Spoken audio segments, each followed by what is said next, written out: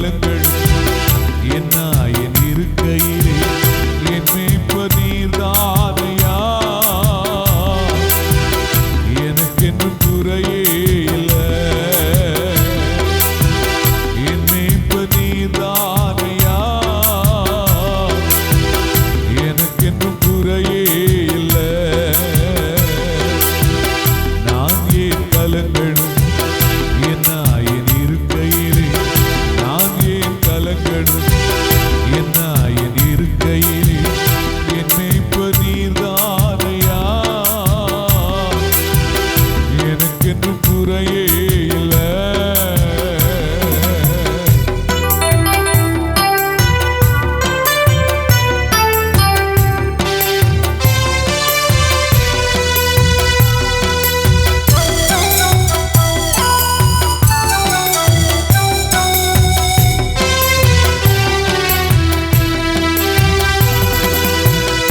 எதிரியின் கண் முன்னே வெற்றி தருகிறீர், விருந்து படைக்கின்றீர்.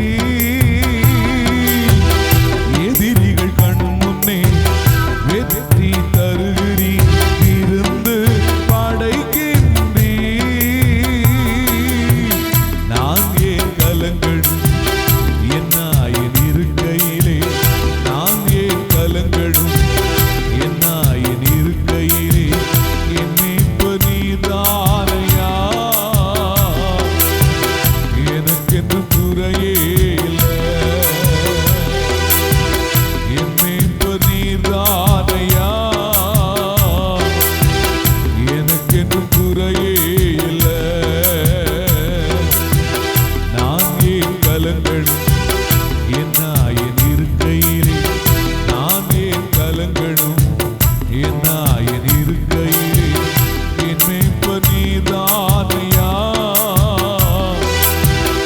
எனக்கென்று குறையே இல்லை.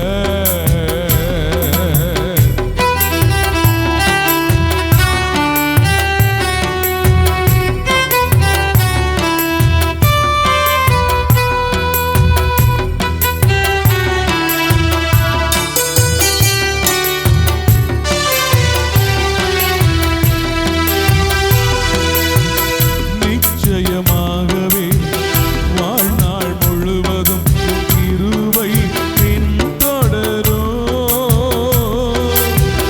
நிச்சயமாகவே வாழ்நாள் முழுவதும் கிருபை பின்தொடரும். நான் ஏன் கலங்கணும் என்ன என் இருக்கையிலே, நான் ஏன் கலங்கணும் என்ன என் இருக்கையிலே என் மேய்ப்பர் நீர்தானையா. எனக்கென்று குறையே இல்லை. சேர்ந்து பாடுவோமா? என் மேய்ப்பர் நீர்தானையா. எனக்கென்று குறையே இல்லை. நான் ஏன் கலங்கணும் என்ன என் இருக்கையிலே, நான் ஏன் கலங்கணும் என்ன என் இருக்கையிலே என் மேய்ப்பர் நீர்தானையா. எனக்கென்று குறையே இல்லை. என் மேய்ப்பர் நீர்தானையா. எனக்கென்றும் குறையே இல்லை. இயேசுவில் அன்பிற்குரிய அருமை சகோதர சகோதரிகளே, இந்த நாளில் உங்களை சந்திப்பதிலே பெருமகிழ்ச்சி கொள்கிறேன். ஆண்டவர் இயேசு உங்களை ஆசீர்வதிப்பாராக. இன்றைய நாளில் ஆண்டவர் நமக்கு கொடுக்கக்கூடிய செய்தியை சற்று கவனிப்போமா? லூக்கா நற்செய்தி 11வது அதிகாரம் 14 முதல் உள்ள இறை வசனங்கள். ஒரு நாள் இயேசு பேச்சிழந்த ஒருவரிடமிருந்து பேயை ஓட்டினார். பேய் வெளியேறவே பேச்சற்ற அவர் பேசினார். கூட்டத்தினர் வியந்து நின்றனர். அவர்களுக்குள் சிலர், பேய்களின் தலைவனாகிய பெயல்செபூலை கொண்டே இவன் பேய்களை ஓட்டுகிறான் என்றனர். வேறு சிலர் அவரை சோதிக்கும் நோக்குடன் வானத்திலிருந்து ஏதேனும் ஓர் அடையாளம் காட்டுமாறு அவரிடம் கேட்டனர். இயேசு அவர்களுடைய சிந்தனைகளை அறிந்து அவர்களிடம் கூறியது, தனக்கு எதிராக தானே பிளவுபடும் எந்த அரசும் பாழாய் போகும், அவ்வாறே பிளவுபடும் வீடும் விழுந்துவிடும். சாத்தானும் தனக்கு எதிராக தானே பிளவுபட்டு போனால் அவனது அரசு எப்படி நிலைத்து நிற்கும்? பெயல்செபூலை கொண்டு நான் பேய்களை ஓட்டுகிறேன் என்கிறீர்களே, நான் பெயல்செபூலை கொண்டு பேய்களை ஓட்டுகிறேன் என்றால் உங்களை சேர்ந்தவர்கள் யாரை கொண்டு பேய் ஓட்டுகிறார்கள்? ஆகவே அவர்களே உங்கள் கூற்று தவறு என்பதற்கு சாட்சிகள். நான் கடவுளின் ஆற்றலால் பேய்களை ஓட்டுகிறேன் என்றால் இறையாட்சி உங்களிடம் வந்துள்ளது அல்லவா?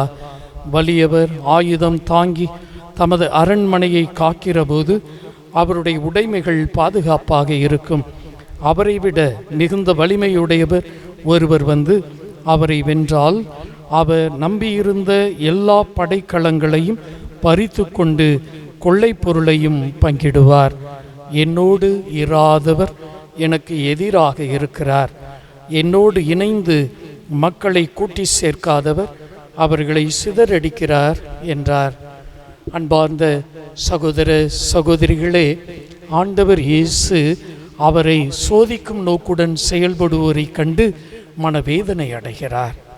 அங்கே இருக்கக்கூடிய அந்த கூட்டமானது இவர் எப்படி இதை செய்கிறார் என்பதை பற்றி தான் சிந்திக்கிறார்களே தவிர அவர் இதை செய்கிறாரே என்ற அந்த ஒரு பாராட்டும் எண்ணம் அவர்களிடம் இல்லை. அவர்களால் நம்பிக்கையும் வைக்க முடியவில்லை.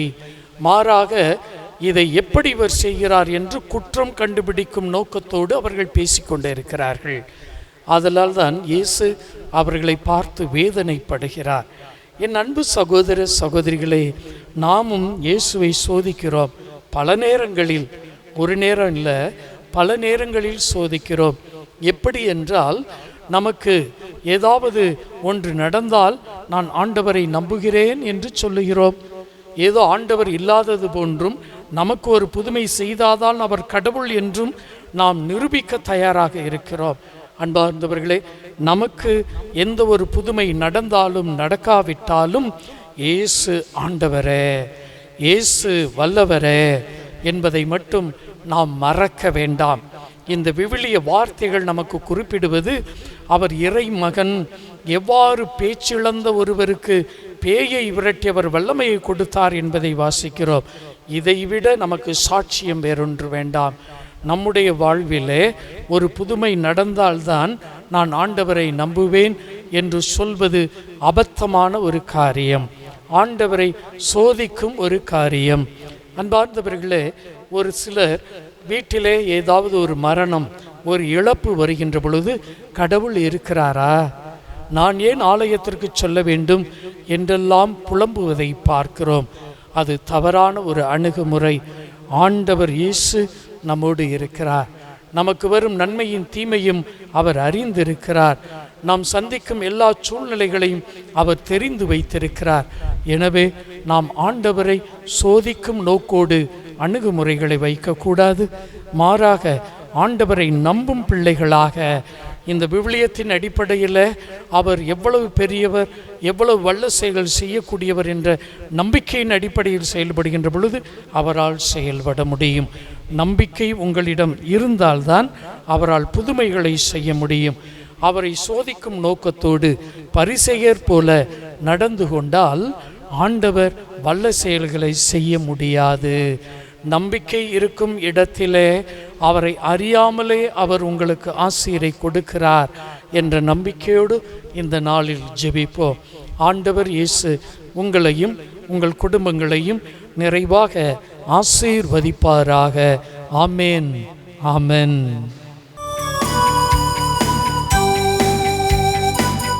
எபிரேயர் 12:15 முதல் 17 வரை உள்ள இறை வார்த்தைகள் வாசிக்கலாம்.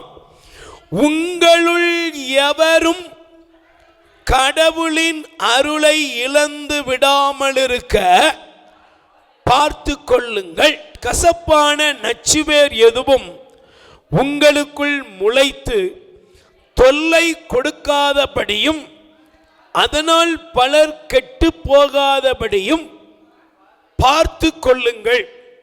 உங்களுள் யாரும் காமுகராயும் ஏசாவை போல் உலக போக்கை பின்பற்றுகிறவராகவும் இராதபடி கவனமாயிருங்கள்.